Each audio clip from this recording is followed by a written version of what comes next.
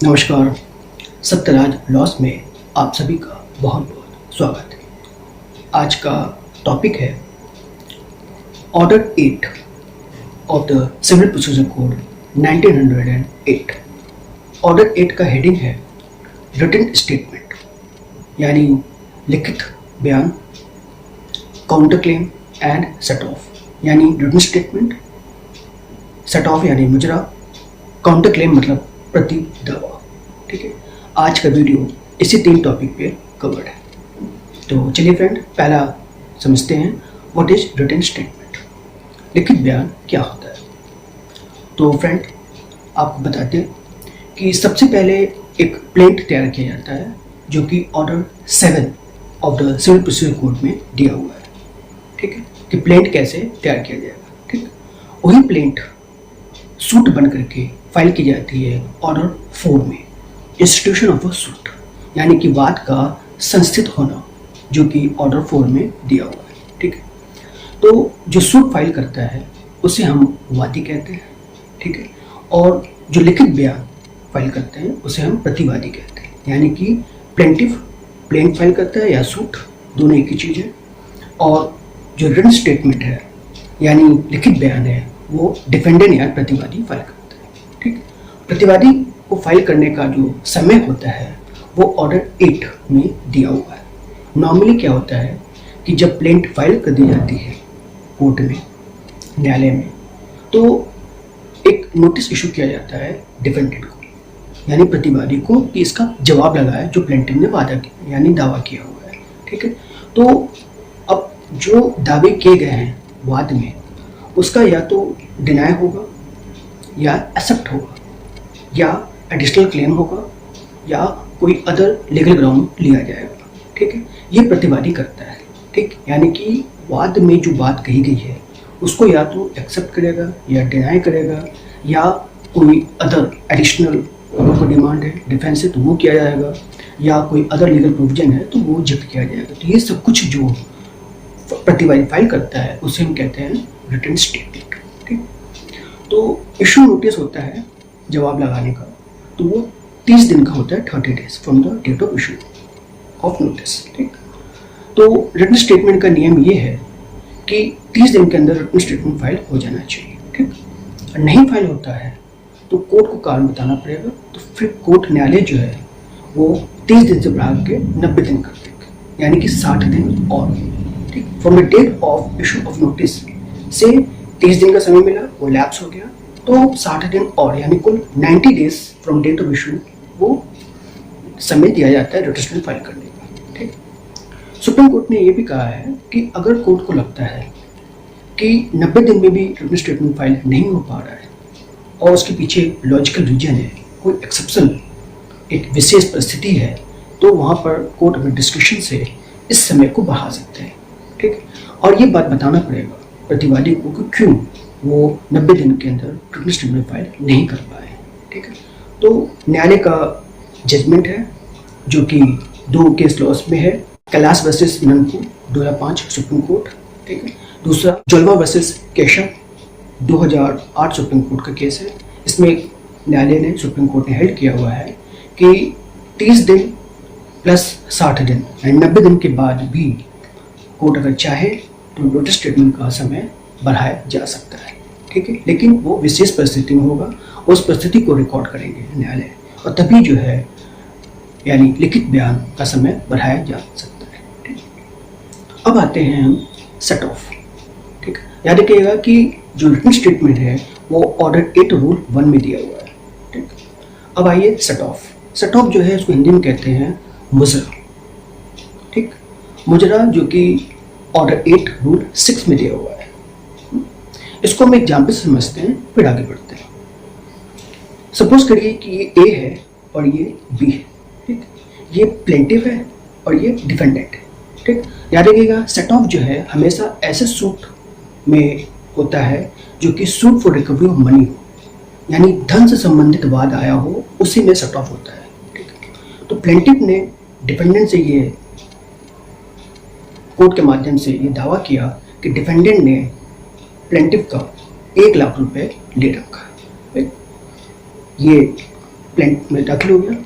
जब इनका मौका आया डिफेंडेंट का, तो इन्होंने एक सेट ऑफ का सूट फाइल किया, यानी मुजरा कि कहा कि ए यानी प्लेंट जो 1 लाख कह रहे हैं, वादी जो कह रहा है, उसके ऊपर मेरा 50,000 बाकी है, यानी इसका 1 लाख और इसका 50,000। ठीक, तो न्यायालय क्या करेगी कि वादी से कहेगा कि तुम्हें यानी आपको, वादी को कहेगा कि आपको 1 लाख देने की जरूरत नहीं है, आप सिर्फ 50,000 दे दो डिफेंडेंट को, ये मामला सेटल हो जाएगा। इसे कहते हैं मुजरा, यानी कि जितना वादी दावा कर रहा है उसका आधा तो प्रतिवादी का ही बनता है। ठीक है, तो जितना बन रहा है वो मुजरा हो जाएगा, यानी सेटअप हो जाएगा। जितना एक्सेस हो रहा है वो प्लेंटिफ का जो निकल रहा है वो डिफेंडेंट उतना दे देगा और वो मामला खत्म हो जाएगा, यानी इसे कहते हैं सेट ऑफ करना।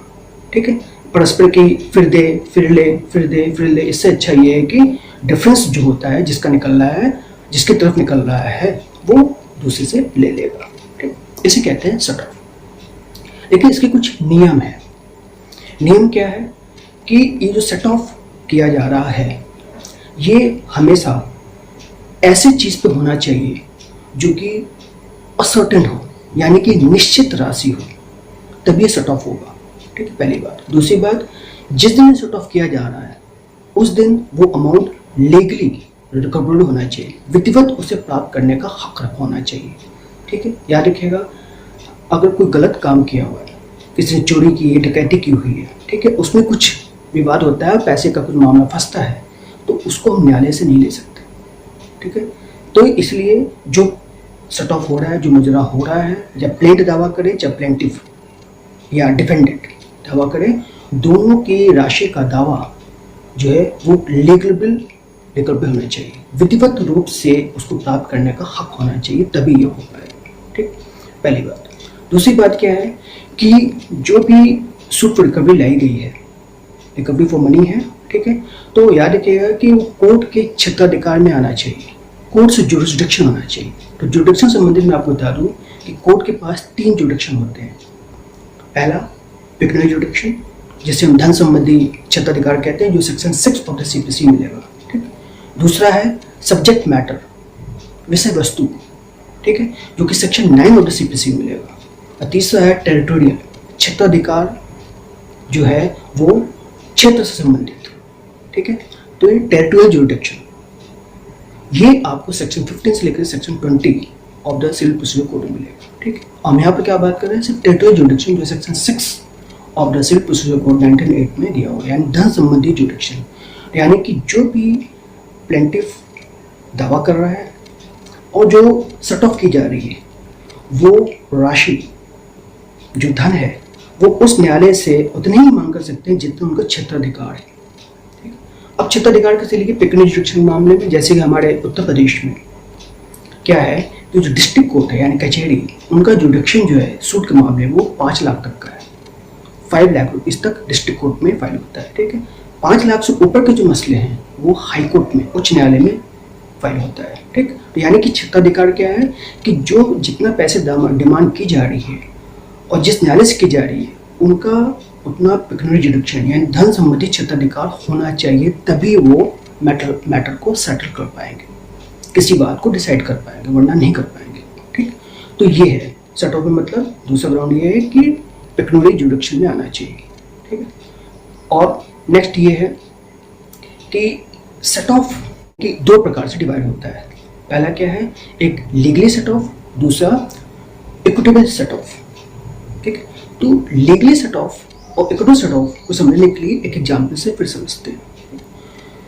देखिए कि सबसे पहली बात क्या है कि एक एग्जाम्पल से ये है कि ए और बी, ये जो क्या है एक कार का मैन्युफैक्चरर है और बी क्या है कार का डीलर है, यानी वो मैन्युफैक्चरर से कार खरीदता है और रिटेलर को यानी कस्टमर को बेच देता है। ठीक, तो ए ने बी यानी मैन्युफैक्चरर से एक कॉन्ट्रैक्ट किया कि हमें 3 महीने के अंदर 1000 कार, 3 महीने के अंदर 1000 कार सप्लाई करना है, इसका कॉन्ट्रैक्ट हुआ। ठीक, 3 महीने तक जो है कार सप्लाई हुआ, मैन्युफैक्चर सप्लाई किया, लेकिन सिर्फ 600 कार 600 कार ही सप्लाई कर पाया, 400 कार सप्लाई नहीं कर पाया। ठीक, समय अगर निकल गया विद इन टाइम, नहीं है तो याद रखिएगा कि अगर 3 महीने के अंदर अगर सूट फाइल की जाती है रिकवरी, तो उससे हम कहते हैं लीगली सेट ऑफ, ठीक है। लेकिन जो टाइम पीरियड है कॉन्ट्रैक्ट में, अब वो निकल जाता है, यानी कि बियॉन्ड टाइम या बियॉन्ड लिमिटेशन अगर हो जाता है, तो फिर आप इक्विटल सेट ऑफ की आप डिमांड करेंगे, ठीक है। तो यहाँ पर क्या है कि 3 महीने समय निकल गया, ठीक।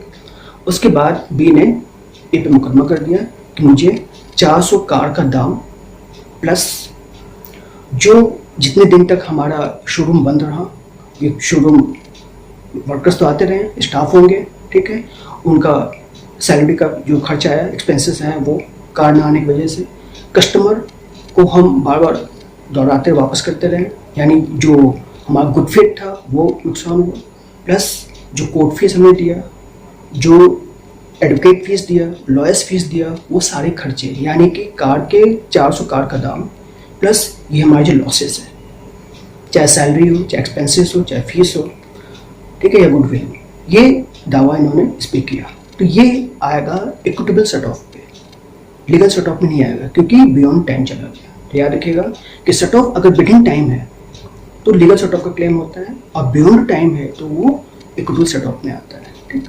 तो अब हम आते हैं लीगल सेट ऑफ और equitable set of.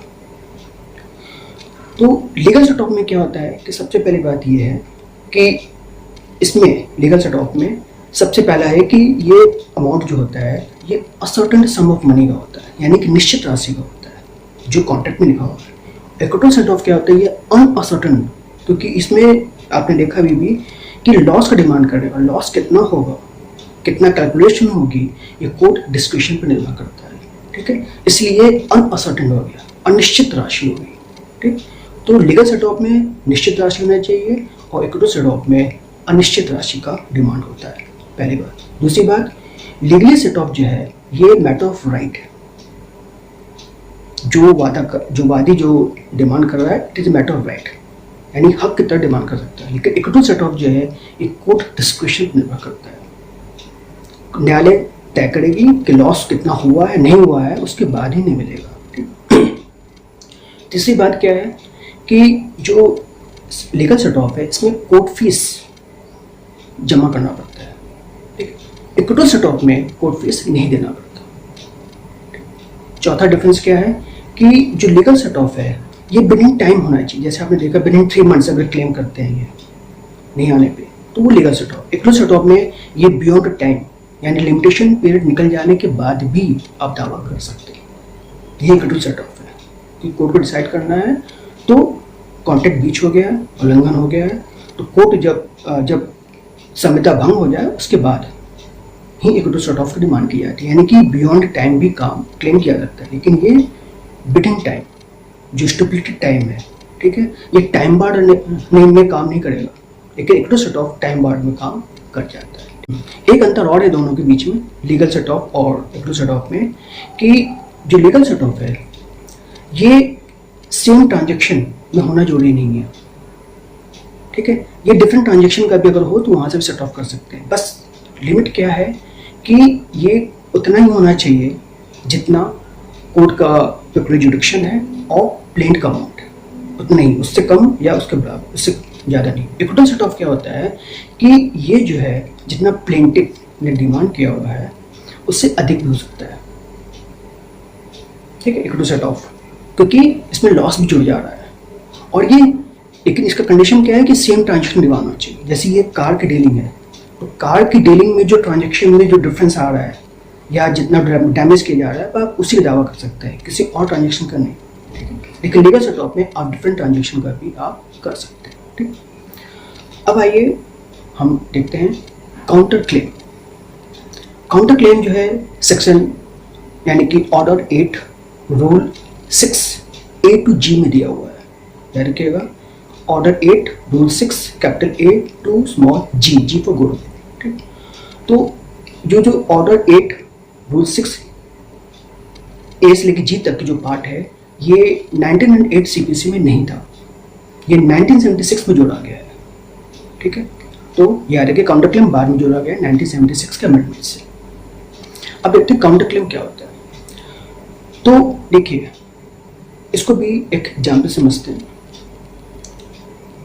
Counter claim क्या होता है कि वादी ने एक प्लेंट दाखिल किया कि मेरा 1 लाख रुपए इसके ऊपर निकल रहा है,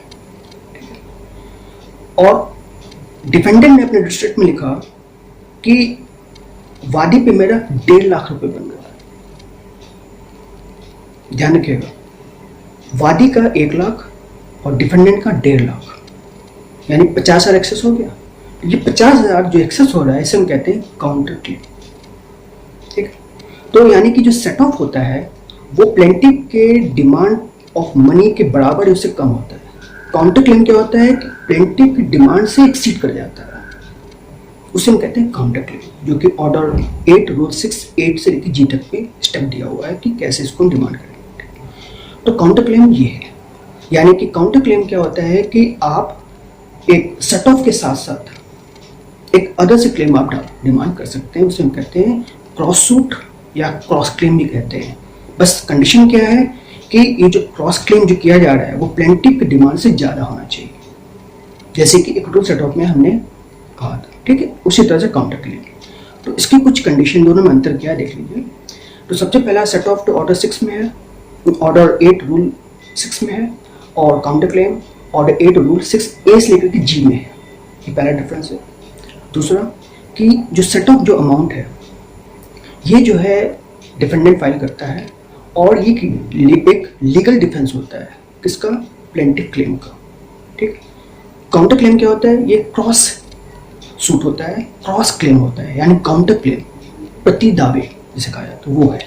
ठीक, और याद रखिएगा प्रति दावा को जरूरी नहीं है कि डिफेंडेंट ही फाइल करे, प्लेंटिफ भी फाइल कर सकता है। बस होता क्या है कि जो दावा करेगा उसके विपक्ष में जो बोलेगा वो प्रति दावा हो जाएगा, चाहे वो प्लेंटिफ हो चाहे डिफेंडेंट। ठीक है, क्योंकि अभी तो ये कह रहा है डिफेंडेंट कि मेरा 1.5 लाख है, ठीक है, और 50,000 एक्सेस में निकल रहा है, तो प्लेंटिफ भी तो कह सकता है कि मेरा 75,000 निकल रहा है। तो जिसका एक्सीड करेगा अमाउंट वो काउंटर क्लेम हो जाएगा, यानी क्रॉस क्लेम हो जाएगा। ठीक है, तो ये है सेट ऑफ और ये है क्लेम, यानी क्लेम का काउंटर क्लेम।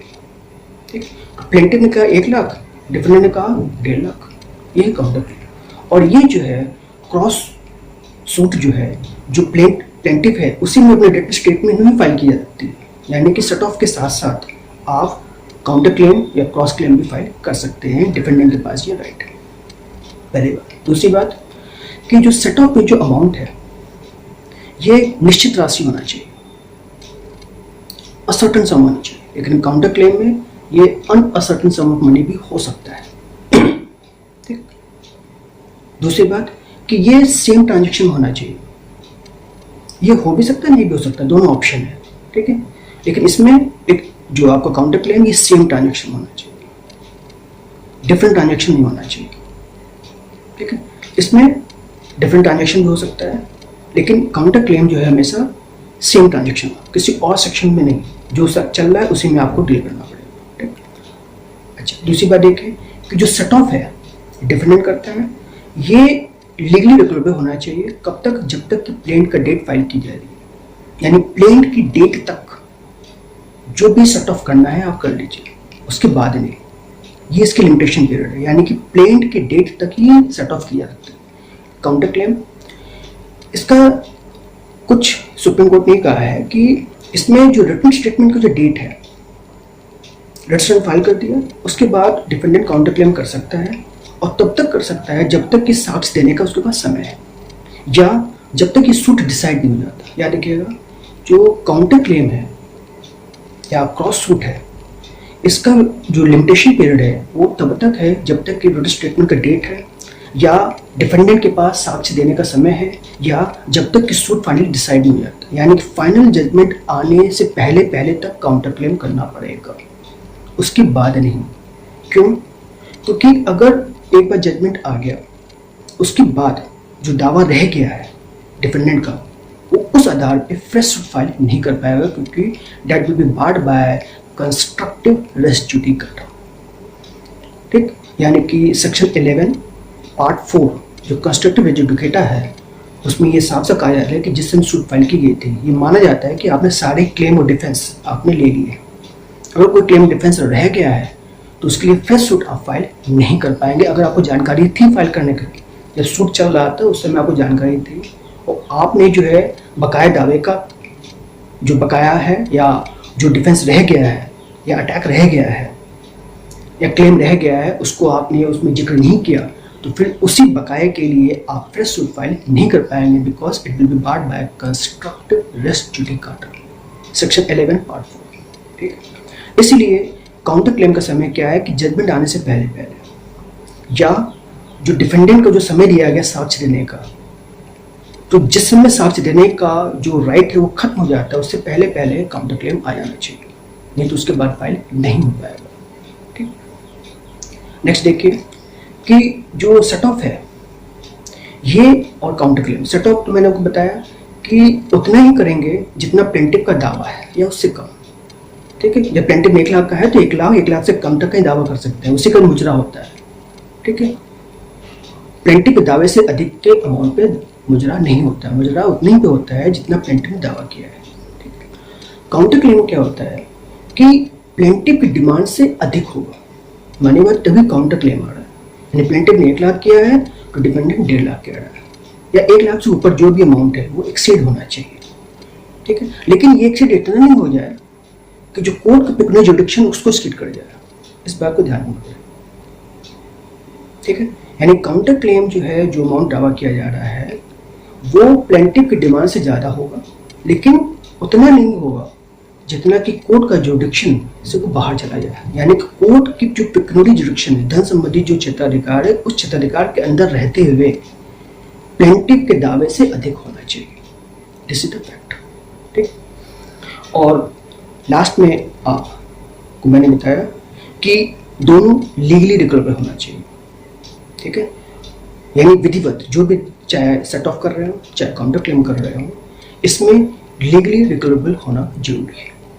विधिवत, अगर विधिवत आप दावा नहीं कर सकते तो फिर आप इसको ले सकते हैं।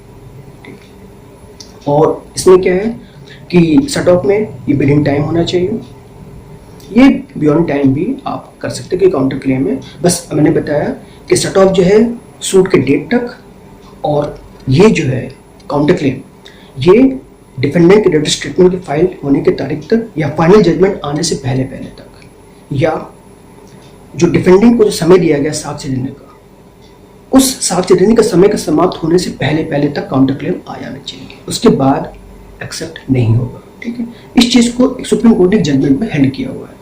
Mahendra Kumar versus Madhya Pradesh 1987 supreme court में यह बात कही गई है कि काउंटर क्लेम का जो फाइल करने का जो समय है, पीरियड ऑफ लिमिटेशन है, वो ये है कि जब तक डिफेंडेंट के साक्ष्य देने का समय है, प्रतिवादी के पास साक्ष्य देने का समय है, तब तक काउंटर क्लेम आ जाना चाहिए।